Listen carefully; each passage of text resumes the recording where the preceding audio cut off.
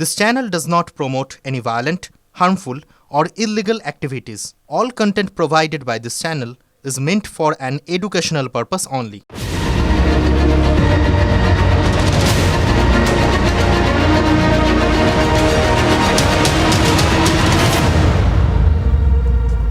সেদিন ওই পুরনো কাগজপত্র বইপত্রগুলো ঘাঁটতে ঘাঁটতে হঠাৎ দেখলাম একটা বইয়ের ফাঁকে একটা চিঠি, পোস্ট কার্ড।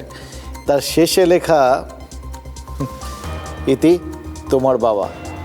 এবার এই চিঠিগুলো না এক ঝটকায় সময় পেরিয়ে একটা অন্য সময় নিয়ে চলে যায়, জানেন তো।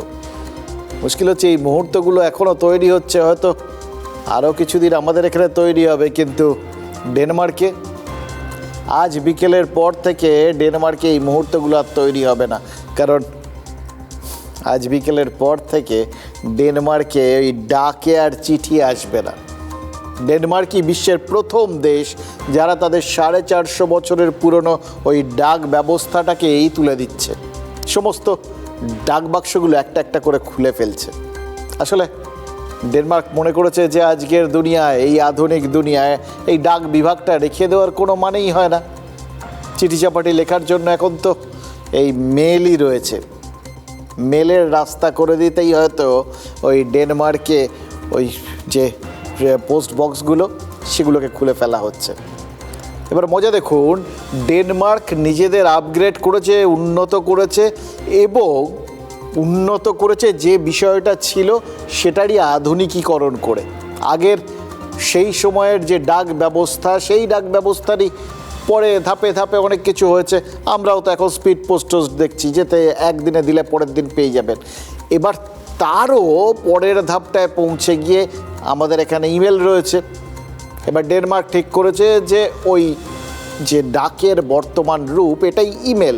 সুতরাং এই হাতের লেখা চিঠি, কাগজপত্র, এই ডাকের মাধ্যমে যাওয়া, এই ব্যাপারগুলো আর ডাকার কোনো মানেই হয় না। সবটাই যেখানে ইন্টারনেটের মাধ্যমে পুরো ওই কম্পিউটারে হয়ে যাচ্ছে, হাতের মোবাইলে হয়ে যাচ্ছে, কেন ওখানটা রাখবে? মোদ্দা কথা, বর্তমানকে মানে অতীতকে আধুনিক করে বর্তমান, এবং বর্তমানকে সামনে রেখেই অতীতকে মুছে দেওয়া। কিন্তু আমাদের ঘরের কাছে বাংলাদেশ, তারাও পেছনে ফিরে যেতে অতীতকে অস্বীকার করছে। ওই একটা সময় ছিল না যখন মানুষ ভাষা আবিষ্কার করেনি, ভাবের আদান প্রদান করতে বিভিন্ন সংকেত ব্যবহার করত, বা ড্রাম টাম বাজিয়ে এখান থেকে ওখানে বার্তা পাঠাতো। বাংলাদেশ মনে হচ্ছে নিজেদের ডাউনগ্রেড করছে। ডেনমার্ক আপগ্রেড করেছে, বাংলাদেশ ডাউনগ্রেড করেছে, এবং তাই জন্য তারা পেছন দিকে হাঁটা লাগিয়েছে। যে জায়গাটাকে কেন্দ্র করে বর্তমান বা অতীতের ঐতিহ্য, এগুলো তো আমাদের ভিত শক্ত করে। যত শক্ত ভিত তত ভালো তার পরবর্তী ক্ষেত্রে প্রাসাদ ওঠে। এবার বাংলাদেশ সে সমস্ত ওই অতীতের ভিতটাকেই ভেঙে দিয়েছে, দিয়ে তারা ফিরে যেতে চাইছে সেই প্রাগৈতিহাসিক যুগে। মানে সোজা কথায় নিচে নামতে চাইছে। এতগুলো কথা বলছি কেন জানেন? কারণ বাংলাদেশ তাদের ইতিহাসে বাংলা ভাষার অবদানকেই অস্বীকার করে বসে আছে। এইবার ধাক্কা খেলেন তো? ভাবছেন তো যে বাংলাদেশ যদি বাংলা ভাষা ছাড়া থাকে তাহলে আর রইলটা কি? কেন? দেশ অত বড় যে একটা ভাষা আন্দোলন, যে আন্দোলন বাংলাদেশকে স্বাধীনতার লড়াইয়ে উদ্বুদ্ধ করলো, যে আন্দোলন করতে গিয়ে 1952 সালের 21শে ফেব্রুয়ারি 5 জন বাঙালি শহীদ হলেন, সেই ভাষাকেই অস্বীকার করেছে বাংলাদেশ। বাংলাদেশ প্রমাণ করেছে এই পৃথিবীতে অমরত্ব বলে সত্যিই কিছু নেই। আর তাই যে 21শে ফেব্রুয়ারিকে ওপার বাংলা এতদিন অমর 21শে বলেছে, সেই অমর 21-এরও মৃত্যু ঘণ্টা বেজে গেছে এই আজকের বাংলাদেশে বা পশ্চাৎগামী বাংলাদেশে। দেখুন, যা হয় না তা ভালোর জন্যই হয়, অন্তত আমাদের জন্য, মানে এই এপার বাংলার বাঙালির জন্য এটা তো ভালো বটেই। কেন বলছি? দেখুন, এতদিন এটা তো বিশ্বাস করেন যে আমাদের মধ্যে একটা কিছুটা হলেও হীনমন্যতা কাজ করতো। অনেকেই ভাবতাম, এটা খুঁতখুত করতো মনের মধ্যে, যে ওদের ওখানে একটা এরকম ভাষা দিবস আছে। সেই আগে যখন ছোটোবেলায় অ্যান্টেনা ঘুরিয়ে ঘুরিয়ে বাংলাদেশের চ্যানেলগুলো ধরতাম, আর বিশেষ করে 21শে ফেব্রুয়ারির সময় এবং এমনিতেও মাঝে মধ্যেই ওদের ওখানে সেই ওদের ভাষা শহীদদের যে প্রতীকটা, সেটাকে সামনে রেখে স্মারকটাকে সামনে রেখে গানটা ভেসে আসতো, আমার ভাইয়ের রক্তে রাঙানো 21শে ফেব্রুয়ারি, আমি কি ভুলিতে পারি। সত্যিই তো এখনও ভুলতে পারি না, দেখুন।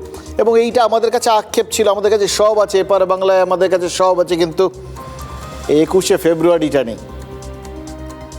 দেখুন, আমরা ভাবতাম কি বাংলা ভাষার প্রতি যতটা আবেগ ওপার বাংলায় আছে, যতটা যত্ন ওখানকার মানুষ করেন, ততটা হয়তো আমরা পারি না।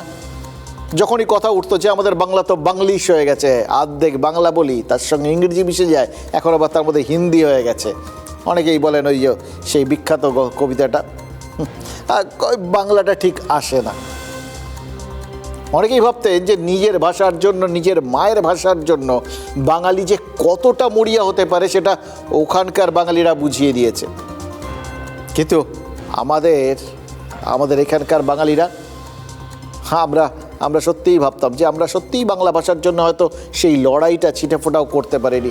হ্যাঁ, হয়তো শিলচরে, আসামে, ওখানে এই আন্দোলনগুলো হয়েছে, সেখানেও মানুষজন লড়াই করেছে, কিন্তু আমরা এখানে কলকাতায় বা এই বাংলার ভেতরে বসে সত্যি কি সেই লড়াইটা বাংলা ভাষার জন্য করেছি? এটা কিন্তু অনেক দিনে একটা বড় আক্ষেপ ছিল, একটা শূন্যতা কাজ করতো। মানুন চাই না মানুন বলিনি, আমরা কখনোই বলতাম না, কারণ যেচে নিজেদের হার স্বীকার করতে কার ভাল লাগে, কিন্তু ছিল এটা। আজ আমরা মুক্ত, সেই হীনমন্যতার থেকে আমরা মুক্তি পেয়েছি, এবং এই আক্ষেপটারও আজকের থেকে ছুটি। এবং এই জন্য আমাদের পশ্চিমবঙ্গের বাঙালিরা বাংলাদেশের অন্তর্বর্তী সরকারকে ছোট্ট করে একটু কৃতজ্ঞতা জানাতেই পারি। কৃতজ্ঞ হওয়ার তো কথাই, বাংলাদেশ তো বুঝিয়ে দিয়েছে এই বাংলাদেশ আর সেই বাংলাদেশ নয়। নামের মধ্যে বাংলা ব্যাপারটা এখনও আছে ঠিকই, কিন্তু ওটা তো শুধু নামেই। এখন থেকে বাংলা ভাষার যাবতীয় দায়িত্ব আমাদের, এখানকার বাঙালিদের। উত্তরাধিকার সূত্রে আমরা ব্যাপারটা পেলাম আর কি, এইটা ভেবে আমরা খুব খুশি হতে পারি। আমাদের এটার কোনো শাখা নাই, কারণ যে দেশটার নাম বাংলাদেশ, সেই দেশটায় তো বাংলা ভাষাটাই অস্তিত্বের সংকটে রয়েছে। না হলে ওখানে ওই ভাষা দিবসের কোনো ছুটি ফুটিগুলো সব বাতিল হয়ে যায়, ভাষা দিবসটাকেই ভুলে যেতে চায়, ইতিহাসটাকেই মুছে দিতে চায়। ভেবে দেখুন, ভাষা দিবস যদি নাই থাকে তাহলে ওখানে রইলটা কি? আগামী ফেব্রুয়ারি মাসের ভোটে এই জামাতপন্থীদের সাথে ইউনুসপন্থী ওই এনসিপির জোটটা যদি জিতে যায়, তাহলে তো দেশটার নামও আবার পূর্ব পাকিস্তান হয়ে যাবে। মানে যেটুকুনি বাকি ছিল সেটাও সম্পূর্ণ হয়ে যাবে, বাংলাদেশটারই আর কোনো অস্তিত্ব থাকবে না। এবার হয়তো কদিন পরে দেশটা তখন আর পূর্ব আর বলে আলাদা করে নিজেদের রাখবে না, পুরোটাই পাকিস্তানের সাথে মিশে যাবে। দেশটা সরকারি ভাষা হয়তো উর্দু হয়ে যাবে, যেমনটা দেশভাগের পর চেয়েছিলেন মোহাম্মদ আলী জিন্নাহ, এক্স্যাক্টলি তাই হবে। জিন্নাহ ঘোষণা করেছিলেন না যে পাকিস্তানে রাষ্ট্রভাষা স্বীকৃতি পাবে উর্দু। পশ্চিম আর পূর্ব দুটো পাকিস্তানেই উর্দু ছাড়া আর কোনো ভাষা সরকারি কাজে ব্যবহার করা যাবে না, উর্দু বলতে হবে, লিখতে হবে। সোজা কথায় গায়ের জোরে উর্দু চাপানোর সিদ্ধান্ত নিয়েছিলেন তিনি। আর এই সিদ্ধান্তের প্রতিবাদেই তো বাংলাদেশের বাঙালিরা আন্দোলনে নেমেছিলেন, উত্তাল হয়েছিল বাংলাদেশ। বাস্তবে আরও বহু মানুষ মারা গেছিলেন, কিন্তু সরকারিভাবে বলা হয় 1952 সালের এই ভাষা আন্দোলনে সালাম, বরকত, জব্বার, রফিকুর এরকম 5 জন শহীদ হয়েছিলেন পাকিস্তানি পুলিশের গুলিতে। মজার কথা কি জানেন? বাংলা ভাষাকে বাঁচাতে ওই লড়াইয়ে যারা শহীদ হয়েছিলেন বলেই বাংলাদেশ সরকারিভাবে স্বীকার করে বা দাবি করে, তারা সকলেই তো ধর্মে মুসলিম। অথচ দিন রাত এই মুসলিম মৌলবাদে বুঁদ এই ইউনূস আর তার সঙ্গী জামাত সেই বাঙালি মুসলিমদের আত্মত্যাগকেই তো অস্বীকার করলো, তাদের লড়াইকে অপমান করলো, মুসলিমদেরই তো অপমান করলো। আজ বুঝেছি জানেন তো, ওই নীরজচন্দ্র চৌধুরী, নীরজ সি চৌধুরী, তিনি আমাদের নয়, ওই বাংলাদেশের বাঙালিকে ভেবেই আত্মঘাতী বাঙালি সেটা লিখেছিলেন। আসলে আসলে নতুন বছর তো, তাই নতুন নতুন উপলব্ধি হচ্ছে জানেন তো। আরও একটা জিনিস হচ্ছে, নতুন বছর পুরনোকে মুছে ফেলে একটা নতুন কিছু করার সুযোগ হয়তো দেবে, এই প্রত্যাশা নিয়ে আমরা ওই 31শে ডিসেম্বরটা পার করে সব সময় 1 জানুয়ারিতে পা রাখি। এবারও রেখেছি, দেখুন কত কত মেসেজ এপাশে ওপাশে চালাচালি হচ্ছে, হ্যাপি নিউ ইয়ার। এই নতুন বছরটা আপনার জন্য নতুন আশা নিয়ে আসুক, সমৃদ্ধি নিয়ে আসুক, সব নতুন। এই বাংলাদেশের মানুষদের সামনেও একটা নতুন সুযোগ নিয়ে আসুক। আসবে তো, আর 2 মাসের মতো অপেক্ষা, 1.5 মাস, 21শে ফেব্রুয়ারি। এই ইউনূস প্রশাসনের এই অসভ্যতাকে থামিয়ে দিয়ে বাংলাদেশের মানুষ যদি সেদিন সত্যি সত্যি এই পথে নেমে তারা ওই 21শে ফেব্রুয়ারিটাকে নতুন করে পালন করতে পারেন, তাহলে হয়তো সত্যিকারের দ্বিতীয় ভাষা দিবসটা তারাই করে ফেলবেন।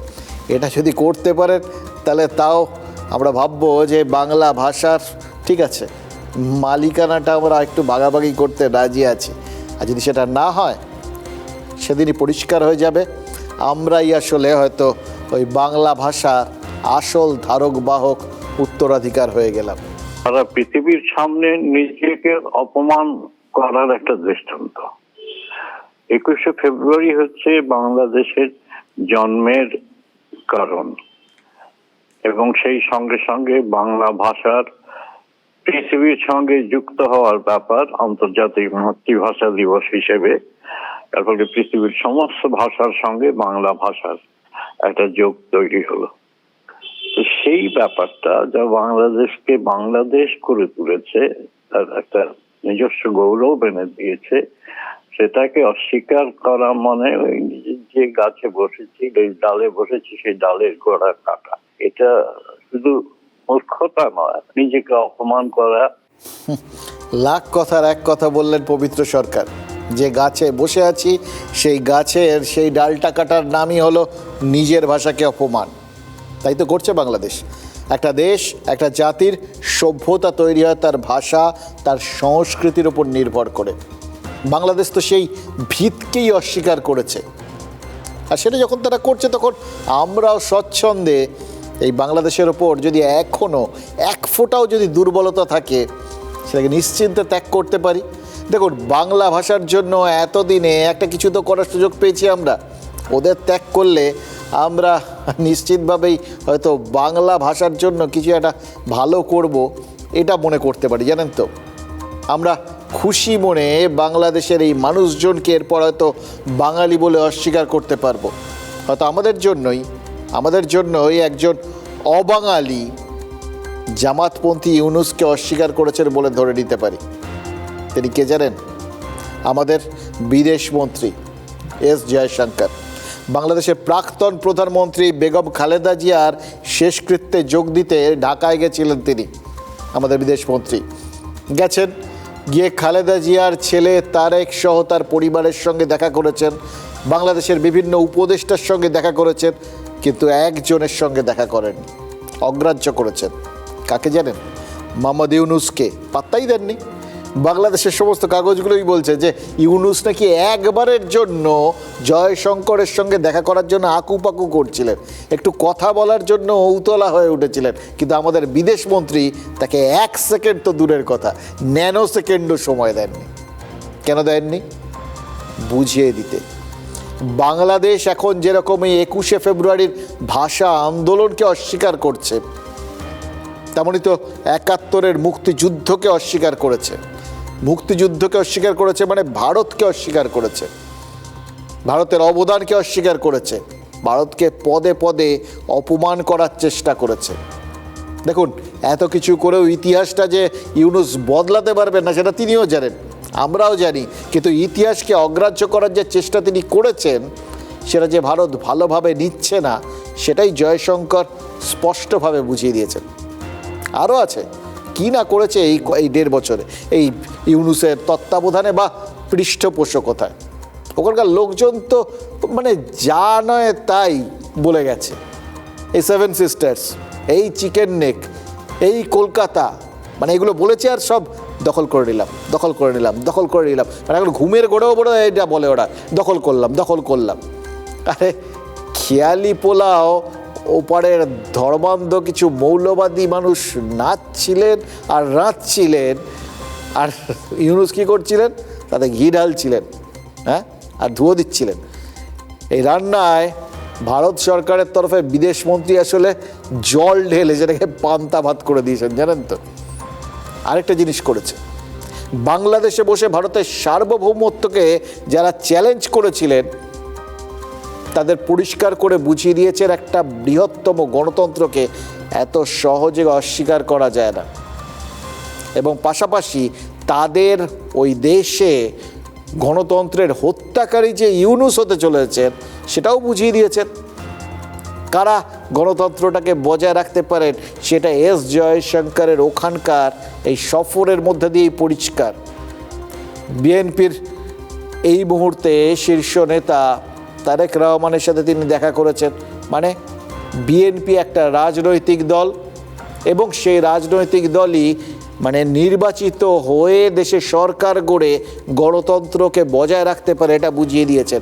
আর এটা বুঝিয়ে দিয়েছেন ইউনূসের মতো উড়ে এসে জুড়ে বসা মানুষ যেভাবে দেশটাকে দখল করে নিয়েছেন, যেভাবে মৌলবাদকে প্রশ্রয় দিচ্ছেন, তাতে সেটার মধ্যে কোনো রকম গণতন্ত্রের ছিটে ফোটাও নেই। সুতরাং যিনি গণতন্ত্রের হত্যাকারী তাকে ভারত পোছে না, অস্বীকার করে।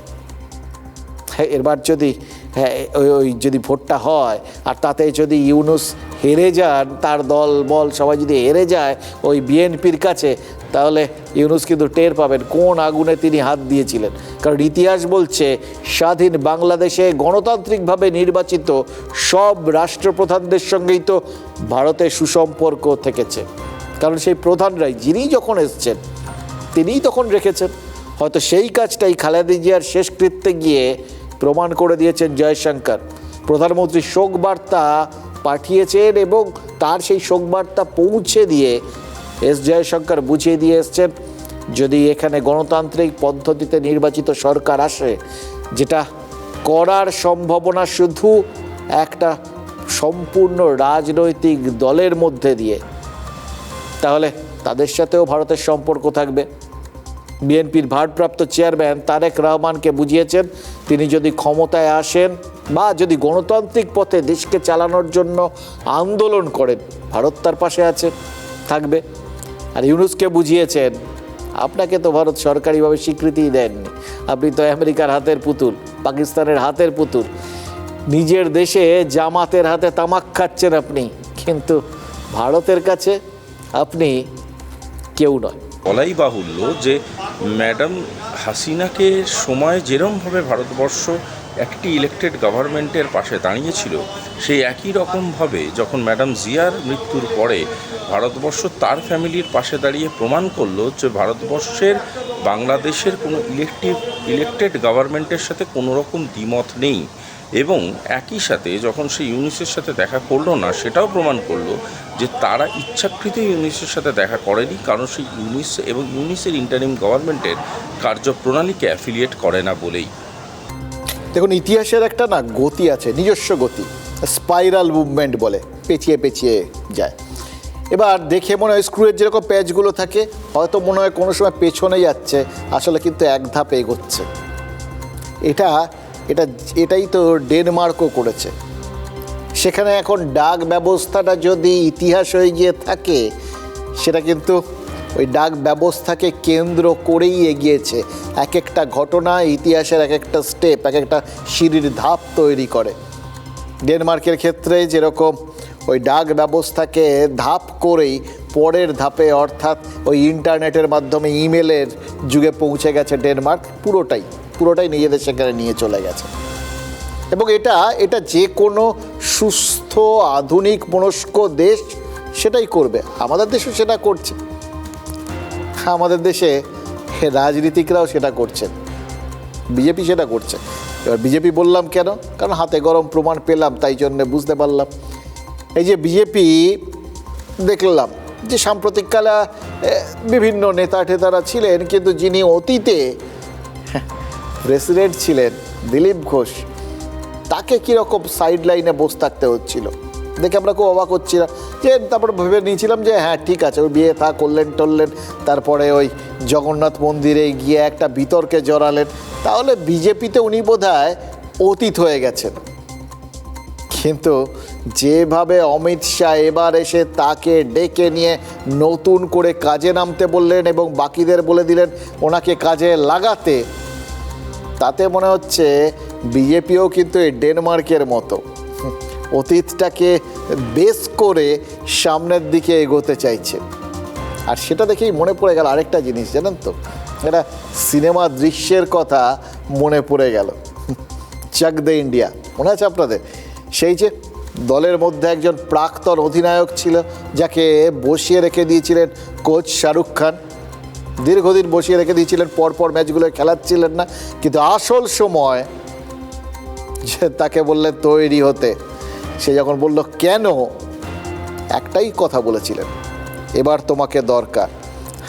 আমার একটা জিনিস মনে হচ্ছে, জানেন তো, অমিত শাহ কি এই রাজ্য বিজেপির নেতাদের, এবং ওই যে যেটা মধ্যাহ্নভোজ করেছিলেন যেখানে দিলীপ ঘোষকেও ডেকেছিলেন, সেখানে কি এই ক্লিপটা দেখিয়েছিলেন চাক দে ইন্ডিয়া, আর তাকেই তখন বলে দিয়েছিলেন ওই শাহরুখ খানের মতোই তোমাকে দরকার।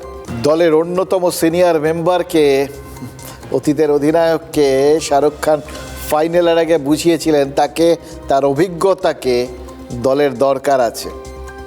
আর অমিত শাহ 31শে ডিসেম্বর দিলীপ ঘোষকে বুঝিয়ে দিয়েছেন যে এবারের ভোটটায় তাকে দরকার আছে।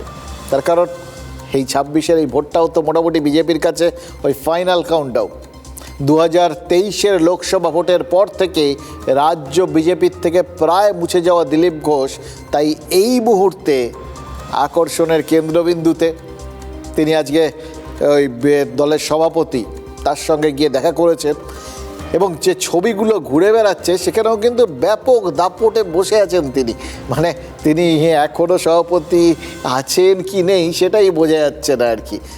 অতীত সভাপতি ছিলেন কিন্তু মেজাজটা একরকম, বসার ভঙ্গি ঠঙ্গি, আলোচনার ভঙ্গি এবং বেরিয়ে সাংবাদিকদের মুখোমুখি হওয়া, পুরোটার মধ্যেই কে বলবে যে তিনি আর সভাপতি নেই।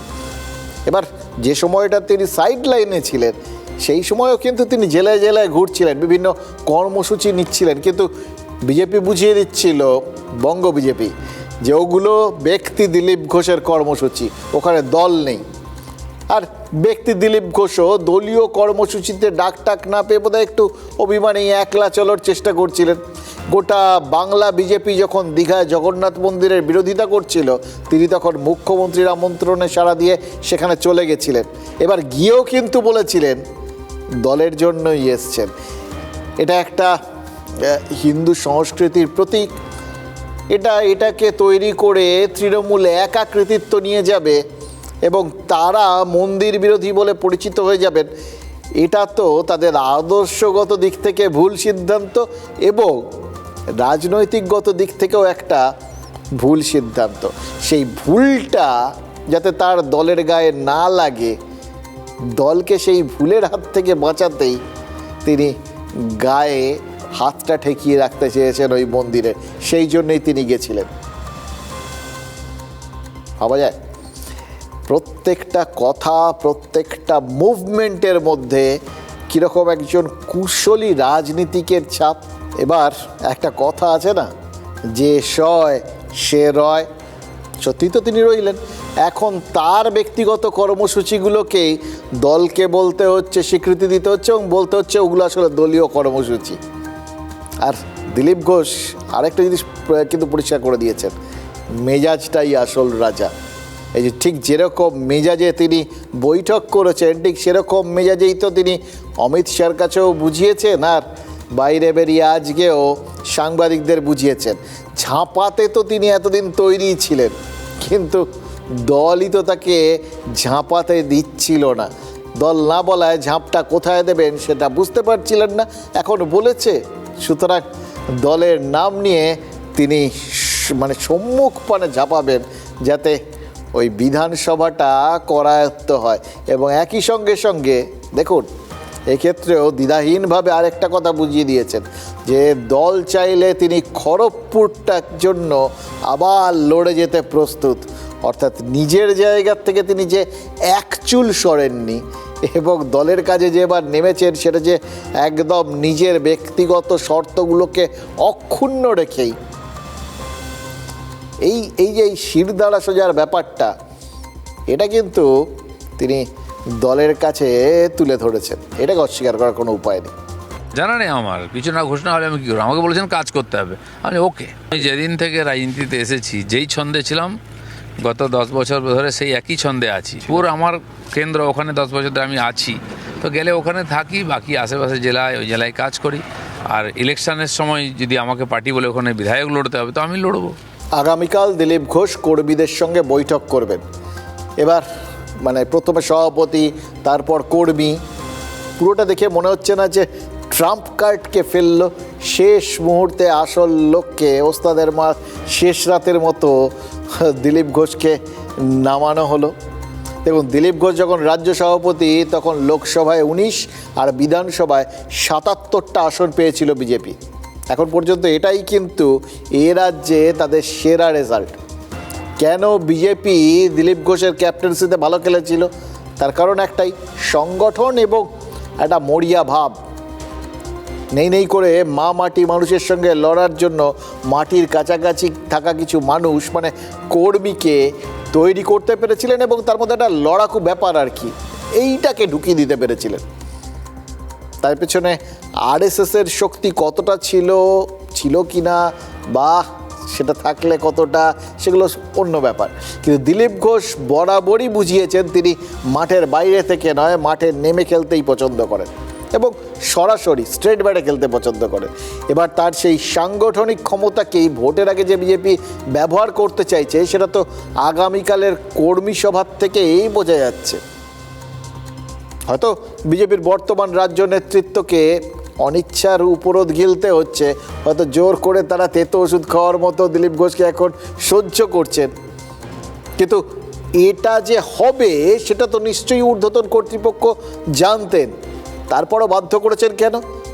নিশ্চয়ই এই জন্যে যে তাদের মনে হয়েছে এরকম একটা মানে যার একটা জনগণের মধ্যে একটা প্রভাব আছে, যিনি একটা বেশ লাফিয়ে ঝাঁপিয়ে গরম গরম কথা বলে পুরো দলটাকে চার্জ করে দিতে পারেন, এরকম কারুর অভাববোধ হচ্ছে। কিছু তো অভাববোধ করেছেন। এটা তো মনে হয়েছে তাদের যে দিলীপ ঘোষকে সাইড লাইনের বাইরে বসিয়ে রাখলে ক্ষতি, তাকে ব্যবহার করলে দলের লাভ হবে, এটা মনে হয়েছে সোজা সবটা। এটা মনে হয়েছে বলেই তাকে তো নামতে বলেছেন অমিত শাহ। সুতরাং এটা কিন্তু আবার বাকিদের জন্য একটা বার্তা আর কি। হ্যাঁ, আপনাদের সবাইকে দিয়ে শুধু হবে না, বাকিদেরও নিতে হবে। কাউকে বাদ দিয়ে রেখে এই লড়াইটা কেউ কাউকে বাদ দিয়ে চলতে পারবেন না। যে যেখানে আছেন সবাইকে জুটিয়ে নিয়ে ঝাঁপিয়ে পড়তে হবে, এই বার্তাটাই কি অমিত শাহ দিয়ে দিলেন না? দেখুন, দিলীপ ঘোষের গোটা বিষয়টার মধ্যে একটাই প্রশ্ন চিহ্ন রয়ে গেছে। বাংলায় দিলীপ ঘোষ যতদিন একটু আড়ালে থাকছিলেন ততদিন ব্রহ্মা বিষ্ণু মহেশ্বর যে যার মতো চলছিলেন। এবার দিলীপ ঘোষও যখন সক্রিয় হলেন তখন তো রাজ্য বিজেপি চতুর্মুখ হয়ে গেল। তাহলে কি মানে সম্পূর্ণ হলো বিষয়টা? এবার ওই অশোক স্তম্ভের মতো চার মুখে চার জোট একজোট হয়ে একটা স্তম্ভ তৈরি করতে পারবেন?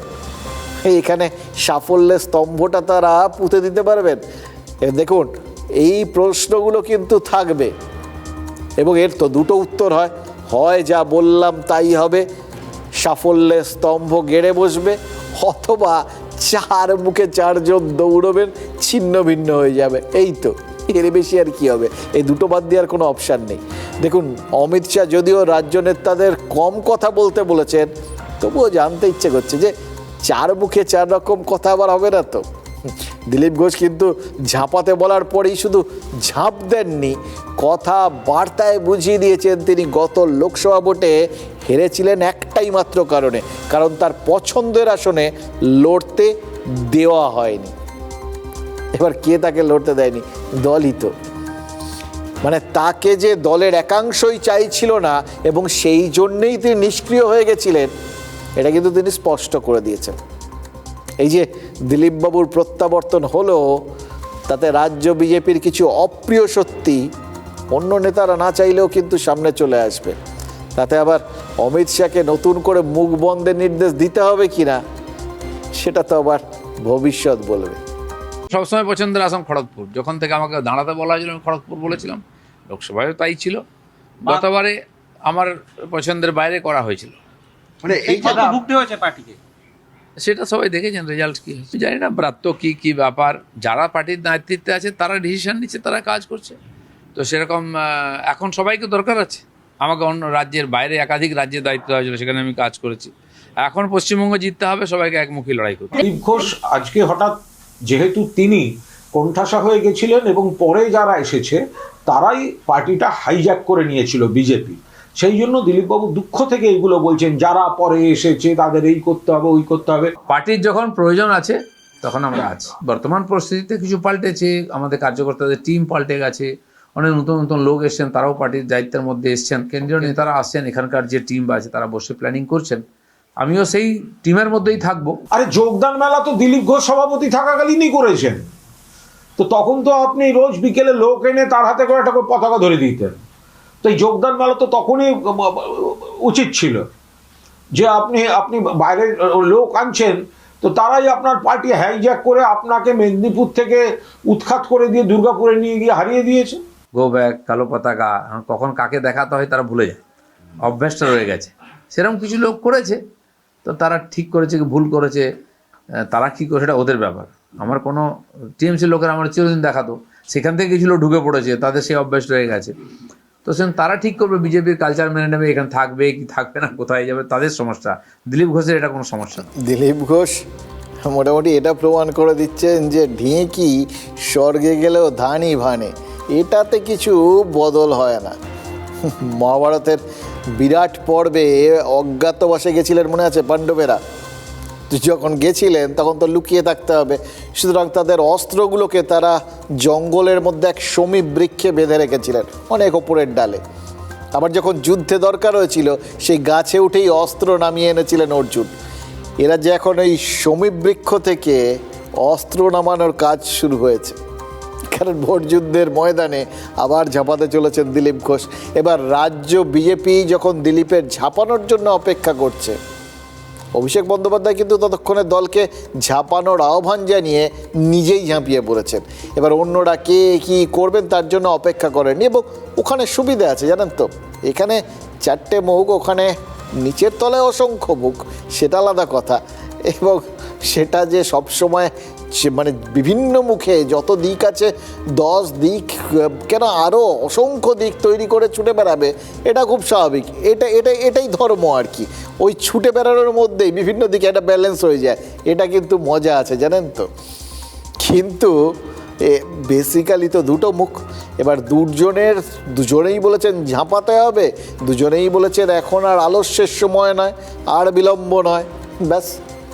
সুতরাং এখন অবধি ব্যাপারটা একমুখী আছে, অন্যরা কে কী করবেন তার জন্য এরা অপেক্ষাও করেন না, অপেক্ষা করার দরকারও নেই, এবং তার কোনো বিশেষ প্রয়োজনও নেই। দেখুন অভিষেক বন্দ্যোপাধ্যায় তিনি একাই ছুটে গেছেন নির্বাচন কমিশনে। এবার তারপর বন্ধ করে কি কথা হয়েছে সেটা অবশ্য আমরা জানি না, ওখান থেকে বেরিয়ে তিনি কিছু বলেছিলেন, সেটা একটা ভার্সান ছিল। আজকে ভেতর থেকে কিছু খবর এসছে বাইরে, বা রটেছেও বলতে পারেন। এবার যা রটেছে সেটা ঘটেছে কি না সেটা আমরা কিছু জানি না, কিন্তু যেটা রটেছে সেটা আপনাদের সাথে শেয়ার করতে পারি। কমিশন নাকি বলেছে যে বিএলওদের ধমকানোটা বন্ধ করুক তৃণমূল।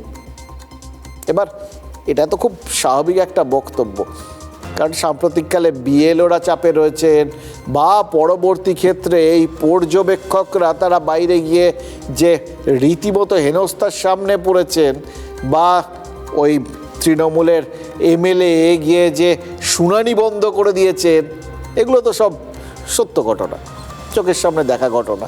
এবার এই ঘটনাগুলো ঘটলে বা ঘটার পরে বারবার তো রাজ্য পুলিশের ডিজির কাছেও বক্তব্য রেখেছে নির্বাচন কমিশন।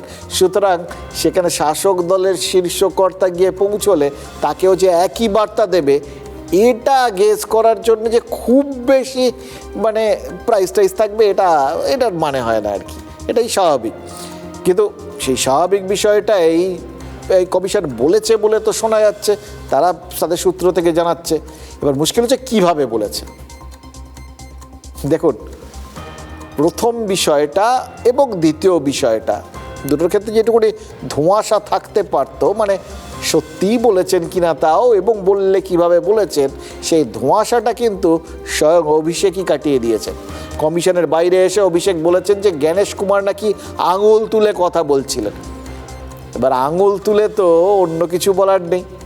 এবার অভিষেক নাকি তাকে আঙুল নামিয়ে কথা বলতে বলেছেন, সেটা তিনি তার জায়গার থেকে বুঝিয়ে দিয়েছেন যে তিনি কতটা চাপে ফেলেছিলেন মুখ্য নির্বাচন কমিশনারকে।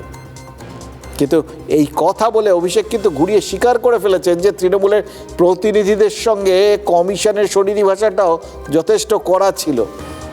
মানে যা কমিশনকে চাপ দিতে গেছিলেন তারা, কিন্তু কমিশনও পাল্টা চাপ দিতে ছাড়েনি। ওই বন্ধ ঘরের বৈঠকে অভিষেক যদি কমিশনকে চাপে ফেলতে পারেন, তাহলে বৈঠকের বাইরে এসে তাকে এই কমিশন তাকে এরকম আঙুল তুলে কথা বলেছিল, এটা তো বলার দরকার পড়তো না। সুতরাং 2-2 4 আমরা পরিষ্কার বুঝে গেলাম ভেতরে গরমা গরম হয়েছে। মানে অভিষেক বন্দ্যোপাধ্যায় যদি কমিশনকে তোপ দিকে থাকেন, তাহলে কমিশনও ছেড়ে কথা বলেন। उनको लगता है गला उठा के बात करेगा और थोड़ा बहुत जोर से बोलेगा तो सब दम जाएगा। हम लोग जब बात करना शुरू किए, पहली बात तो जब कोई बोल रहा था वो रोकने टोकने लग गया। He started losing his temper, मेरे तरफ उंगली उठाने लग गया। फिर मैंने बोला you are nominated, I am elected, आपका उंगली नीचे करके बात करिए। If he has the guts and gall, let him release the footage. I'm standing outside the Election Commission's office. There it goes. Nirvachan Southern Election Commission of India. Ganesh Kumar must be hearing what I'm saying before the media now. দেখুন, এটা স্পষ্ট, এবার বুঝতে পারছেন। কড়া গলায় কথা বলেছে, গলা তুলে কথা বলেছে, আঙুল তুলে কথা বলেছে। এবার এমনটা যদি না করতেন না, তাহলে কিন্তু কমিশনের কাজ করাটাই আরও মুশকিল হয়ে যেত। দুটো কারণে, এক তো মাঠে নেমে তাদের প্রতি মুহূর্তে কাজ করতে গিয়ে এই কমিশনের আধিকারিকদের সমস্যায় পড়তে হচ্ছে। এবার এই যেরকম বললাম, মুরুগানের ওই কমিশনের পর্যবেক্ষক, তার গাড়ি ঘিরে ভাঙচুর হয়েছে, অথচ তা নিয়ে পুলিশের কোনো হেলদোল দেখা যাচ্ছে না। এবার তার পাশাপাশি যা হচ্ছে সব কিছুর দায় কমিশনের ওপর চাপছে। পুরুলিয়া একটা আত্মহত্যার ঘটনায় সরাসরি মুখ্য নির্বাচন কমিশনার রাজ্যের সিইওর বিরুদ্ধে এফআইআর দায়ের করে ফেলেছিল পুলিশ। শুরুতেই অবশ্য এই চেষ্টায় জল ঢেলে দিয়েছেন সিইও মনোজ আগরওয়াল, মনে করিয়ে দিয়েছেন যে দেশের আইন অনুযায়ী পদে থাকা নির্বাচন কমিশনারদের বিরুদ্ধে কোনো অভিযোগ করা যায় না, গ্রাহ্য হয় না আর কি। আর তাই পুলিশ আইন ভাঙলে কমিশনও পাল্টা ব্যবস্থা নেবে। কিন্তু এগুলো যে চাপ বাড়াচ্ছে এটা তারা জানতেন। একই সঙ্গে মুরুগান চিঠি দিয়েছিলেন কমিশনকে ব্যবস্থা নেওয়ার জন্য। তারা যদি তারপরেও কোনো বিশেষ ব্যবস্থা না নেন, তাহলে যারা তাদের হয়ে কাজ করতে নামছেন তারা তো উল্টে কমিশনের ওপর ক্ষিপ্ত হয়ে যাবেন। সেটা তো আরও মানে ডবল চাপ হয়ে যাবে। এই জন্যই যখন ওই পুলিশ প্রশাসনের ভূমিকা নিয়ে কমিশনে করা রিপোর্ট দিয়েছেন মুরুগান, সেইটাকে নিয়েও নিশ্চিতভাবেই ওখানে মুখ্য নির্বাচন কমিশনের মাথায় ছিল যে ওখানকার কোনো যদি শীর্ষ কর্তাকে পাওয়া যায়, এক্ষেত্রে অভিষেককে হাতের সামনে পেয়েছেন, তাকেই নিশ্চয়ই বলেছেন। দেখুন, চাপটা মোদ্দা কথা ট্রান্সফার করার ব্যবস্থা করতে চেয়েছেন। যদি না হতো তাহলে চাপটা যে তাদের ঘাড়ে আরও চেপে বসবে এটা তারা জানতেন। কমিশন জানেন যে রিপোর্টগুলো ওখান থেকে মুরুগানরা পাঠিয়েছেন, সেই রিপোর্টগুলোর ভিত্তিতে তাদের কিন্তু সত্যিই করণীয় আছে। অন্তত নিজেদের যারা আধিকারিকরা কাজ করছেন তাদের পাশে যে কমিশন রয়েছে এটা বোঝানোর দরকার আছে, বাকি সবার কাছেও বোঝানোর দরকার আছে। বিশেষ করে এরকম বিশেষ মুহূর্তটা যখন শুনানি শুরু হয়ে গেছে, কমিশন কিন্তু সেই বিষয়টাই করেছে বলে বোঝা যাচ্ছে। পুলিশের তো দ্বিচারিতাই আছে যে যারা হামলা করলো মুরগানের ওপর তাদের বিরুদ্ধে কোনো কেস নেই, উল্টো ওদের বিরুদ্ধে কেস দিচ্ছে। যেটা করে আসছে এখানে রাজনীতি, সেই একই জিনিস ইলেকশন কমিশনের ওপরে চালাচ্ছে, কিন্তু এখানে করে পার পেয়ে গেছে, কমিশনের সাথে করে পার পাবে না। দেখুন, মুরুগানের মতো অফিসাররা কাজ করতে গিয়ে যে চাপের মুখে পড়ছেন, সেই চাপ কি বহুতলের আবাসিকদের ওপরেও পড়ছে? চাপেরই খেলা, বুঝলেন তো, চারপাশে চলছে এই মুহূর্তে। এই যতক্ষণ না নির্বাচনটা মিটবে ততক্ষণ এই চাপ যে আরও বাড়বে, এটার জন্য নিশ্চিন্ত থাকতে পারে। এটা কেন বলছি? দেখুন, বহুতলের আবাসিকরা যদি চাপ না থাকবে, তাহলে তাদের আবাসনের মধ্যে বুথ কেন্দ্র তৈরি করতে আগ্রহী হলেন না কেন? কমিশন কি চেয়েছিল? যে আবাসনে 300 থেকে 500 ভোটার রয়েছে, তাদের আর ওই স্কুলের বা অন্যান্য বিভিন্ন যে ভোট কেন্দ্রগুলো সেখানে যেতে হবে না, আবাসনের ভেতরেই বুথ তৈরি হবে। এবার দেখুন, বুথ তৈরি হওয়া মানে কি? আবাসনের ভেতর তারা জাস্ট টুক করে নামবেন, একটা কমিউনিটি হলে এসে কোনো গেট টুগেদারের মতো করে এসে ভোটটা দেবেন, ভিড় থাকবে না, বাইরে কোনো হাঙ্গামা হলে তার কোনো রেস থাকবে না, নিরাপদ একটা সুস্থ পরিবেশ, দেখা সাক্ষাৎ হবে, এটা পুরো ব্যাপারটা বেশ ভালো না? কিন্তু তাতেও তারা রাজি হলেন না। এই যে 31শে ডিসেম্বরের মধ্যে 5 জেলার 8 ডিইওকে রিপোর্ট দিতে বলা হয়েছিল যে আপনারা এই আবাসনগুলোর সাথে বৈঠক করুন, করে জানুন কোথায় কোথায় এরকম বুথ করার প্রয়োজন রয়েছে। ডিওদের সঙ্গে ডেপুটি কমিশনার জ্ঞানেশ ভারতী এই নিয়ে আলাদা করে বৈঠক করে বুঝিয়েও দিয়েছিলেন। কালকে যে রিপোর্ট জমা পড়েছে তাতে কি দেখা যাচ্ছে জানেন? দেখা যাচ্ছে যে দক্ষিণ কলকাতায় এরকম আবাসন, মানে যেখানে 300 থেকে 500 ভোটার আছে, এরকম আবাসন নাকি মাত্র 4টে। গোটা হুগলিতে নাকি মাত্র 10টা। এমনকি কলকাতা উত্তর, দক্ষিণ 24 পরগনা, পূর্ব এবং পশ্চিম বর্ধমানে এমন একটাও নাকি আবাসন পাওয়া যায়নি যেখানে 300-র বেশি মানুষ থাকেন। ভাবা যায়, এই যে চারপাশে গাদা গাদা আবাসন তৈরি হচ্ছে, তাতে যে গিজগিজ করছে লোকজন, সব গুণে 300 হয় না। জানি না গুনতিটা এই ডিওরাই বলতে পারবেন, বা তাদের কিভাবে দেখানো হয়েছে সেটাই হবে হয়তো আবাসন কর্তৃপক্ষের লিস্ট থেকেই তারা দেখেছেন, কিন্তু তাদের কাছে তো ভোটার লিস্ট থাকে, তাদের কিন্তু জেনে যাওয়া উচিত। এবার সে সমস্ত থাকা সত্ত্বেও যদি তারা নিশ্চিত থাকেন যে না এরকম এখানে নেই, এখানে মাত্র এ কটা আছে, তাহলে তাই, এটা মেনে নেওয়া ছাড়া আমাদের কোনো উপায় নেই। তাহলে প্রশ্নটাও একইভাবে এড়িয়ে যাওয়া যায় নাকি? পাওয়া যায়নি নাকি আবাসিকরা আগ্রহী হননি, এই জন্যেই আর সেই এটা আসলে যেই আগ্রহী আবাসনের লিস্ট, এটাই আসল কথা। দেখুন, সহজ সরলভাবে একটু বোঝার ব্যবস্থা করলেই দেখা যাবে যে কমিশন কেন বহুতল আবাসনে বুথ করতে চাইছে। সাম্প্রতিককালে কি দেখা গেছে? শহর আর শহরাঞ্চলে এই বহুতলের আবাসিকদের মধ্যে ভোট দেওয়ার হার অত্যন্ত কম। সেটা কেন জানেন? বাইরে বেরোনোর সময় প্রথম কথা, বহু ক্ষেত্রে অভিযোগ উঠেছে যে আবাসনগুলোর থেকে বেরোনোর মুখেই তাদের আটকানোর চেষ্টা করা হয়, মাঝে মধ্যে যাতে ভয় টয় পায়, বেরোতে না চায়, সেই জন্য 2-4টে বোমা টোমাও পড়ে মাঝে মধ্যে, এরকম অভিযোগ তো উঠেছে অতীতে। এবার তারপর ভোট গ্রহণ কেন্দ্রে যেতে হবে, সেই গরমের মধ্যে লাইন দিতে হবে, হয়তো এগুলো থাকে বিভিন্ন সময় আর কি। এবার হয়তো সেই বিষয়গুলো যদি ভেতরে হয়, তাহলে তারা ওই বললাম নিয়ন্ত্রিত একটা পরিবেশের মধ্যে ভোট দিতে পারবে, আর তাহলে ভোটদানটা বাড়বে। এটাই নিশ্চয়ই কমিশনের উদ্দেশ্য। তারা তো চান সবাই বেশি ভোট দিক, আর রাজনৈতিক সদিচ্ছা দেখাক সবাই। এখানেই রাজনৈতিক চাপ কাজ করেছে নাকি? চাপটা কিসের? দেখুন, এতদিন যারা ভোট দেননি তাদের ছাড়াই তৃণমূল ভোটে জিতে এসছে। এবার এরা ভোট দিলে লাভের চেয়ে ক্ষতির ঝুঁকি বেশি, এটা নাকি মোটামুটি সবাই জেনে গেছেন। কারণ যেটা লোকসভা ভোটে ফুটে উঠেছিল, তাতে তো দেখা গেছিল শহরাঞ্চলের আবাসনের ভোট বেশিরভাগই তৃণমূলের বিরুদ্ধে গেছে, যার ফলে বহু পুরো এলাকায় তৃণমূল পিছিয়ে গেছে। এটা কিন্তু হিসেব, রাজনৈতিক হিসেবে। এইটার জন্যেই তো অবাঙালি ভোটারের ভোট পায়নি, এই কথাটা মুখ্যমন্ত্রী দলনেত্রী স্বয়ং বলেছিলেন। ফলে এই সমস্ত বিভিন্ন রাজনৈতিক অঙ্ক কষেই তৃণমূল শুরুর থেকে এই বহুতলের বুথে আপত্তি জানাচ্ছিল।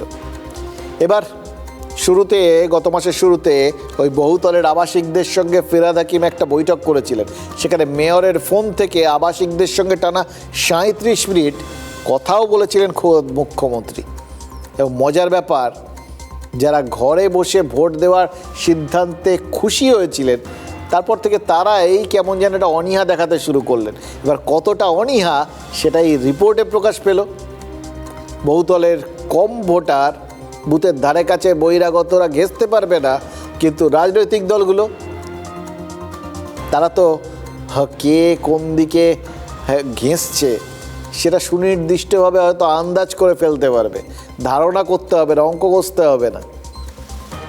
একটা জায়গাতে শুধু সেখানকারই তো ভোটার, তাই না? তাই হয়তো নিরাপদে ঘরে বসে ভোট দেওয়ার থেকে নিজেদের ভবিষ্যৎ নিরাপত্তার দিকটাতেই বেশি জোর দিয়েছেন ওই বহুতলের আবাসিকরা। সাথে কি বলে, সুখের থেকে স্বস্তি বড়। বহুতলের আবাসনের বাসিন্দা নিশ্চয়ই তার সুবিধা হবে। গরমকালে এসিতে তিনি বহুতল আবাসনে থাকেন, লিফটেও এসি আছে, নামবেন, ভোটটা দেবেন আর ওপরে এসিতে উঠে যাবেন। আর গ্রামের সাধারণ মানুষ, শহরের দরিদ্র মানুষ, তারা 2 কিলোমিটার 3 কিলোমিটার ওই প্রচণ্ড গরমের মধ্যে হাঁটতে হাঁটতে যাবেন, ভোট দেবেন, লাইনে দাঁড়াবেন, তাদের জীবনের দাম নেই। দেশের সংবিধান সকলকে সমানাধিকার দেওয়ার কথা বলে। খোদ কলকাতায় প্রচুর এরকম বহুতল অ্যাপার্টমেন্ট রয়েছে, বিল্ডিং রয়েছে, যেখানে 24-এর ইলেকশনে তালা বন্ধ করে দিয়েছিল। আজকে যাতে ভোট গ্রহণ কেন্দ্র না হয় এই বিল্ডিংয়ের ভেতরে, মমতা ব্যানার্জি অলরেডি স্ট্র্যাটেজি শুরু করে দিয়েছেন। আজকে বিল্ডিংয়ের অ্যাপার্টমেন্টের সেক্রেটারি বা কমিটিকে দিয়ে চিঠি লেখাচ্ছেন যে আমাদের এখানে ভোট গ্রহণ কেন্দ্র দরকার নেই। দেখুন, অরূপ চক্রবর্তী একদম গোড়ার বিষয়টা ধরেছেন। আমাদের গোটা বিশ্বে আমরা বিভিন্ন রকম বৈষম্যের কথা বলি, কোথাও নারী পুরুষ, কোথাও ধর্মের বৈষম্য, কিন্তু আসল বৈষম্য তো একটাই, ওই অর্থনৈতিক বৈষম্য। এবার মোটামুটিভাবে ধরে নেওয়া হয় যে যারা আবাসনগুলো এরকম বড় বড় আবাসনে যারা প্রচুর প্রচুর দাম দিয়ে ফ্ল্যাট ট্যাট কিনেছেন, তাদের অর্থনৈতিক জায়গাটা ওই বাইরের মানুষগুলোর থেকে একটু ভালো, তাই জন্যই তারা কিনতে পেরেছেন, নইলে তো কিনতে পারতেন না। এবার ওই জায়গাটা ধরেই কিন্তু অরূপ চক্রবর্তী আসল ঘাটা মেরে দিয়েছেন। জানেন, এটা সংখ্যাগরিষ্ঠ মানুষজনের মনে বিরাট বড় একটা প্রভাব ফেলবে এবং তারা তাদেরই সমর্থন করবেন। সত্যিই তো দেখবেন রাস্তায় যখন ওই একটা সাইকেল হয়তো উল্টো পাল্টা করে গিয়ে গাড়ির ঘাড়ে গিয়ে পড়েছে, কিন্তু বকাটা খায়, মারধরও খায় ওই গাড়ির ড্রাইভারই। কারণ এটা একটা মানুষের সাইকোলজি, মনস্তত্ত্ব, যে ওই যে ওপর দিকে রয়েছে আসলে সেই দোষ করেছে। সেই জায়গাটাই রাজনৈতিক দলগুলো কাজে লাগায়। এবার সেটা করলে তাদের অর্ধেক কাজ, মানে জনসমর্থনটা পেয়ে গেলেই অর্ধেক কাজটা হয়ে গেল, আর বাকিটা করার জন্য তাদের সংগঠন রয়েছে। মনে আছে আপনাদের, গতবার লোকসভা ভোটের রেজাল্ট বেরোনোর পর উল্টোডাঙ্গার একটা বহুতলে ঝাঁকে ঝাঁকে অটো ঢুকে গেছিল। অভিযোগ উঠেছিল যে তৃণমূলের বিরুদ্ধে ভোট দেওয়ায় অটো ঢুকিয়ে দিয়ে ভয় দেখানো হয়েছিল। এবার কমিশন এই ভয়টা কাটাতেই অভয় দিতে চাইছে, কিন্তু তাদের দেশ থেকে তাড়ানোর ভয়টাও জাঁকিয়ে বসছে। অটোকাণ্ডের পর কিন্তু মুখ্যমন্ত্রী মমতা বন্দ্যোপাধ্যায় ওই নেতাদের আবাসনে ঢুকে ক্ষমা চাইতে বলেছিলেন। তিনি কিন্তু এই বিষয়টার যে একটা চারপাশে একটা সুদূরপ্রসারী একটা প্রভাব পড়বে সেটা বুঝতে পেরেছিলেন, এবং তার মনে হয়েছিল যে এই ব্যাপারটাকে অ্যালাউ করা যাবে না। মানে একদিকে ভয় আর একদিকে অভয়, আর এটা কেসি দাসের অঙ্কের মতো, জানেন তো, চৌবাচ্চার একদিকের পাইপ দিয়ে জল ঢুকবে, আবার আরেক দিকের পাইপ দিয়ে বেরিয়ে যাবে। এবার বেরোনো না ঢোকা কোনটা বেশি কঠিন সেটা অঙ্কটার মতোই কঠিন, ও কেসি দাসই বলতে পারবেন। এই কমিশন যেরকম একদিকে নথি যাচাই করে অবৈধদের ভোটার তালিকার থেকে বাদ দিতে চাইছে, আবার বিরোধীদের অভিযোগ হচ্ছে পুরসভাগুলো তেমনই শংসাপত্র দিয়ে অবৈধদের রেখে দেওয়ার চেষ্টা করছে। এটাও কিন্তু সেই আবার কেসিনাগের গল্প, একদিক দিয়ে বেরোনো আরেক দিক দিয়ে ঢোকা। হ্যাঁ, কমিশনের বাদ দেওয়াটা যদি বেরোনো জল হয়, তাহলে এই শংসাপত্র দিয়ে অবৈধদের রেখে দিতে চেষ্টা করার অভিযোগটা ওটা হচ্ছে ঢোকা। এতে পুরসভাগুলোর মধ্যে কিন্তু এটা ঘটনা একটা তাড়াহুড়ো দেখা যাচ্ছে, জানেন তো। মেদিনীপুর পুরসভার একটা বিজ্ঞপ্তি দেওয়া হয়েছে, বলা হচ্ছে প্রয়োজনে পুরপ্রধানের ব্যক্তিগত অফিস থেকেও সার্টিফিকেট দেওয়া হবে। দেখুন, কমিশন আধার কার্ড সহ যে 13টা নথি চেয়েছে তার মধ্যে 6 নম্বরে রয়েছে permanent resident certificate issued by competent state authority. মানে পুরসভা কাউকে রেসিডেন্সিয়াল সার্টিফিকেট দিলেই সেটা যেরকম কমিশনে গ্রাহ্য নয়, তেমনি পুরসভার দেওয়া সার্টিফিকেটকে এসডিওরা অশোক স্তম্ভের ছাপ মেরে দিলে সেটা কিন্তু গ্রাহ্য। এতে একজন অবৈধ ভোটারের বৈধ হয়ে যাওয়ার রাস্তাটা খোলা থাকছে, বুঝতে পারছেন?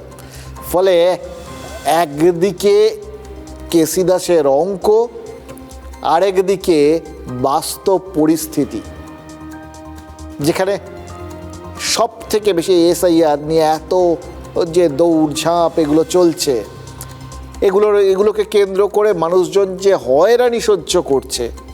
কেন করছে? এই জন্যই তো যে এতে পুরো ভোটার তালিকাটা শুদ্ধ হবে। সত্যি কি হবে? এরকম যদি যদি অভিযোগগুলো সত্যি হয়, তাহলে তো ওই বললাম, হয় কেসি নাগের অঙ্ক, একদিক দিয়ে জল ঢোকা আর একদিকে বেরোনো ক্রমাগত, ওটা আর খালি হবে না। আর নয়তো সেই পিসি সরকারের ওয়াটার অফ ইন্ডিয়া, যতই ঢালুন জল আর শেষ হবে না। এটাই হয় সাধারণ মানুষের জন্য, এগুলোই হচ্ছে ভবিতব্য। তবে বিভিন্ন রকমভাবে ওই জল আলাদা করা, ছাঁকার কাজটা সেটা চলছে। ওবিসি সার্টিফিকেট ইস্যুতে আদালত এবার যেরকম জানিয়ে দিয়েছে যে 2010 থেকে 2014 পর্যন্ত ইস্যু হওয়া ওবিসি সার্টিফিকেটগুলো এসআইআরে গ্রাহ্য হবে না। এবার এটা একটা কিন্তু বড় সিদ্ধান্ত। শাসকের অঙ্ক এতে কিন্তু খানিকটা হলেও কঠিন হতে পারে, আবার কিছু ক্ষেত্রে শাসকের অঙ্ক আবার মিলেও যাচ্ছে। আজও বিষ্ণুপুর আর স্বরূপনগরে 2 জনের মৃত্যু হয়েছে। এবার এইগুলোর প্রত্যেকটার ক্ষেত্রেই কমিশনের তাড়াহুড়োয় আতঙ্ক আর দুর্ভোগ ছড়াচ্ছে। এই অভিযোগটা করাটা সহজ হয়ে যাচ্ছে তৃণমূলের পক্ষে। কাল থেকে পথে নামছেন অভিষেক বন্দ্যোপাধ্যায়। তার মানে সব পক্ষ তাড়াহুড়োয় আছে, কারো তাড়াহুড়োয় মানুষের দুর্ভোগ কমানোর দাবি, আর তো কারুর তাড়াহুড়োয় মানুষের দুর্ভোগ বাড়ার অভিযোগ। কোনটা বেশি কোনটা কম, এটাও ওই কেসি নাগের অঙ্কের মতোই জটিল। এসআইআরের শুনানি পর্বের মাঝে রেসিডেন্সিয়াল সার্টিফিকেট নিয়ে অতি সক্রিয় মেদিনীপুর পুরসভা। সূত্রের খবর, গত 28শে ডিসেম্বর বিএলএদের বৈঠকে অভিষেক বন্দ্যোপাধ্যায় নির্দেশ দিয়েছিলেন, মানুষের পাশে দাঁড়ান, রেসিডেন্সিয়াল সার্টিফিকেট দিন, দরকারে বাংলার বাড়ি প্রকল্পের সার্টিফিকেট ডাউনলোড করে দিন, এর থেকে বড় প্রমাণ কি আছে?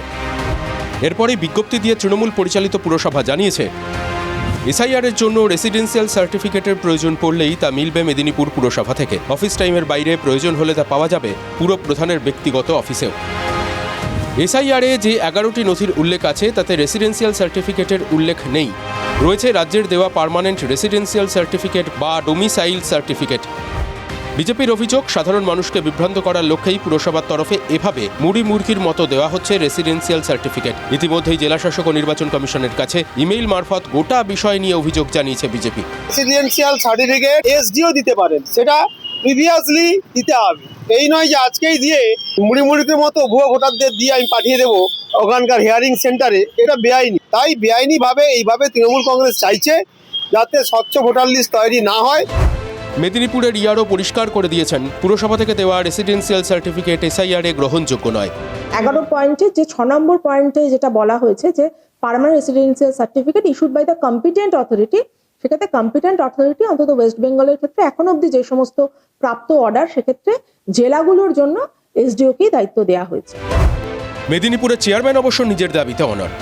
যারা এই কথাটা বলছে, অভিযোগ করছে, তারা কোনো নিয়ম কানুনও জানে না, আর তাদের তো পৌরসভায় কোনো কাউন্সিলর নেই, তারা জানবে এটা কি করে? তাদের কোনো জনপ্রতিনিধি মেদিনীপুরের মানুষ প্রত্যাখ্যান করেছে তাদের। এসআইআরের শুনানিতে যারা ডাক পাচ্ছেন তাদের বেশিরভাগই রেসিডেন্সিয়াল সার্টিফিকেট নেওয়ার জন্য সকাল থেকে হত্যে দিয়ে পড়েছিলেন পুরসভার দোরগোড়ায়। কেন? পুরসভার রেসিডেন্সিয়াল সার্টিফিকেটই কি রাজ্যের শিলমোহরে কমিশনের গ্রাহ্য নথিতে পরিণত করার চেষ্টা হচ্ছে? মৃত্যুর মুখোমুখি কি কবিতা হাতে দাঁড়ানো যায়? করোনা চলাকালীন এই লাইনটা লিখেছিলেন কবি জয় গোস্বামী। তখন কি জানতেন 5 বছর পর তার বাড়িতে নোটিশ আসবে আর তার SIR এর শুনানিতে কাগজ হাতে দাঁড়াতে হবে? দেখুন, জয় গোস্বামীর কোনো বাংলাদেশ কানেকশান নেই। তিনি কলকাতা শিশু মঙ্গল হাসপাতালে জন্মেছেন, মামার বাড়ি ডোভার লেনে, শৈশব কেটেছে রানাঘাটে। এবার তাকে কেন ডাকলো কমিশন, সেটা কমিশন বলতে পারবে, যদিও তাদের তরফে ইতিমধ্যেই কবির সঙ্গে যোগাযোগ করা হয়েছে এবং সমস্যা খতিয়ে দেখার আশ্বাস দিয়েছেন সংশ্লিষ্ট আধিকারিক। তারপরেও সাহিত্য একাডেমি পাওয়া কবির সমনটা বজায় রইল কিনা সেটা কালকে জানা যাবে। জয় গোস্বামী আর তার পরিবারের সকলে কিন্তু ওই ফর্মগুলো ঠিকঠাকই জমা দিয়েছিলেন। এবার 2002 সালের তালিকায় নামও ছিল, তারপরেও ডাক পড়লো কেন? সেটা নিয়ে অবশ্য আধিকারিকদেরও একটু দ্বন্দ্ব আছে বলে আমার ধারণা। আমাদের দ্বন্দ্ব হচ্ছে যে আধিকারিকদের কি অটোগ্রাফ নেওয়ার বাসনা রয়েছে, না হলে কবিকে তলব করলেন কেন? এমনিতেই তো তার শরীর ভালো নয়, যাওয়াটা তার পক্ষে প্রায় অসম্ভব। যদি শুনানিতে হাজিরা দিতে যেতেন, কি নিয়ে যেতেন, এটাও একটা আগ্রহের বিষয়, জানেন তো। কমিশনের নির্দিষ্ট করে দেওয়া ওই 13টা নথির কোনোটা, নাকি সাহিত্য একাডেমি পুরস্কারের কাগজটা, যা 2000 সালে ওই পাগলি তোমার জন্য কাব্যগ্রন্থের জন্য এই দেশ তাকে দিয়েছে, নাকি তার কোনো কবিতার বই? দেখুন, কিছু কিছু মানুষ থাকেন না, দেশ যাদের উপস্থিতি নিয়ে গর্ব করে, সেই সব ব্যক্তিদেরও নিজের উপস্থিতির প্রমাণ কেন দিতে হবে? এবার দেখুন, এই জায়গাটায় আপনারা বলতে পারেন যে নিয়ম তো নিয়ম, সেখানে কে কত নামি কে অনামি কি এসে যায়, একদম ঠিক। কিন্তু কিছু জিনিস যেগুলো চোখের সামনে দেখা যায়, বোঝা যায়, সেগুলো নিয়ে দেখুন, একজন বিখ্যাত লোক কেন তাকে জাজ করাটা সুবিধে, তার সম্পর্কে সবাই তো আগা পাঁচতলা সব কিছু জানেন, এবং তাদের ক্ষেত্রে তো এই গণ্ডগোলগুলো হওয়ার কোনো অবকাশ নেই। তারপরে যদি হয় তাহলে ধরতে হবে কোথাও গিয়ে গণ্ডগোলটা অন্য জায়গায় হচ্ছে, ঠিক যেরকম ঘটনাটা ঘটেছে কান্তি গাঙ্গুলির ক্ষেত্রে। এতবারের বিধায়ক, এতদিন ধরে মন্ত্রী ছিলেন, ভোটে জিতেই তো এসছেন, কিন্তু তারপরেও দেখা গেল যে তার নাম শুনানির তালিকায় রয়েছে, তিনি যাবেন বলেছেন। তিনি গিয়ে ঠিকঠাকভাবে ওখানে তিনি বলেছেন যে এরকম কড়াকড়ি হওয়াটা ভালো। তিনি ভদ্রলোক বলেছেন। আমার নিজের ধারণা কোনো বানান ভুল টুল হয়তো পেয়েছে, এর বেশি কিছু তো পাবে না। আর ডেকেছে তো কী হয়েছে, I have to cooperate with them. যদি ওরা সঠিকভাবে করে, বিশেষ করে দল দ্বারা পরিচালিত না হয়, তাহলে নিশ্চয়ই কিছুটা কমবে। বছরের পর বছর মৃত ভোটাররা ভোট দিয়ে যাবে, অন্যত্র আছে, ডবল এন্ট্রি আছে, এ তো আছেই। এটা হওয়া অত্যন্ত জরুরি, নিশ্চয়ই কোঅপারেট করবো। তবে বিডিও ফোনে আমার সঙ্গে কথা বলেছেন, বলছে আপনাকে আসতে হবে না, আপনি বাড়িতে থাকবেন, আমরা নিজেরাই যাব। তো যা ওরা ভালো বুঝে করবে। এতে পার্টিসিপেট করা, কোঅপারেট করা, এটা একটা নাগরিকের কর্তব্য হওয়া উচিত। এ নিয়ে অভিযোগ জানাবার কোনো বিষয় না। অনুপ্রবেশকারী এই রাজ্যে তারাই যারা বাংলা সংস্কৃতি জানে না, বাংলা বলতে জানে না, বাংলা সংস্কৃতি বা বাংলা মানুষ সম্পর্কে কোনো অভিজ্ঞতা নেই। আজকে শুনলাম কবি জয় গোস্বামীকে SIR হিয়ারিংয়ে ডাকা হয়েছে। তো আমি তো আগেও বলেছি যে ওরা পারলে, বিজেপি পারলে, এতটাই বাংলা সংস্কৃতি বা বাংলা সাহিত্য শিল্পের প্রতি অনুরাগ, রবীন্দ্রনাথ বেঁচে থাকলে রবীন্দ্রনাথকেও SIR লাইনে দাঁড় করাতেন, বা বঙ্কিমচন্দ্র বেঁচে থাকলে। তো এগুলো অনুপ্রবেশকারী কারা, সাংস্কৃতিক অনুপ্রবেশকারী কারা, সেটা এখন গোটা বাংলা জানে। আগামী নির্বাচনে বিজেপি এবং স্বরাষ্ট্রমন্ত্রী, মাননীয় স্বরাষ্ট্রমন্ত্রী এর ফলাফল দেখতেও পাবে। দেখুন, ব্রাত্য বসু ব্যঙ্গ করে বললেন, কিন্তু হতে তো পারতই। ধরুন, রবীন্দ্রনাথ ঠাকুরের নাম রবীন্দ্রনাথ ঠাকুর আমরা জানি, বাংলাতে ঠাকুর লেখা হলো, ইংরেজিতে টেগোর রইল। কারুর যদি মনে হয় যেটা মিসম্যাচ করছে, তাহলে তো তিনি হয়তো সেই জন্যেই সমন পাঠিয়ে বসতেন রবীন্দ্রনাথকে। আসলে গোটা বিষয়গুলো না একটা জায়গাতে গিয়েই পড়ে। আবার বলছি, দেখুন, জয় গোস্বামীর ক্ষেত্রে আজ সংশ্লিষ্ট আধিকারিক তিনি বাড়তি উদ্যোগী হয়েছেন। বিডিও কান্তি গাঙ্গুলিকে বলেছেন তিনি গিয়ে ব্যবস্থাটা করে নেবেন। বাকি সাধারণ মানুষ যারা অতটা বিখ্যাত নন, এইগুলোকে যদি কেস স্টাডি হিসেবে ধরি, তাহলে তো বুঝতে পারছি যে এই ঘটনাগুলো ঘটেছে। কিন্তু সাধারণ মানুষের ক্ষেত্রে এই সহযোগিতার বদলে হেনস্থাটাই যে একদম শিরোধার্য, সেটা কিন্তু আমরা বুঝতে পারছি। এই জন্যে এই বিষয়টা একটুখানি মানে তাড়াহুড়ো হোক বা যাই হোক, বিষয়টা একটু সাধারণ মানুষের যাতে কম হেনস্থা হয় সেই রকম হলে বড় ভালো হতো।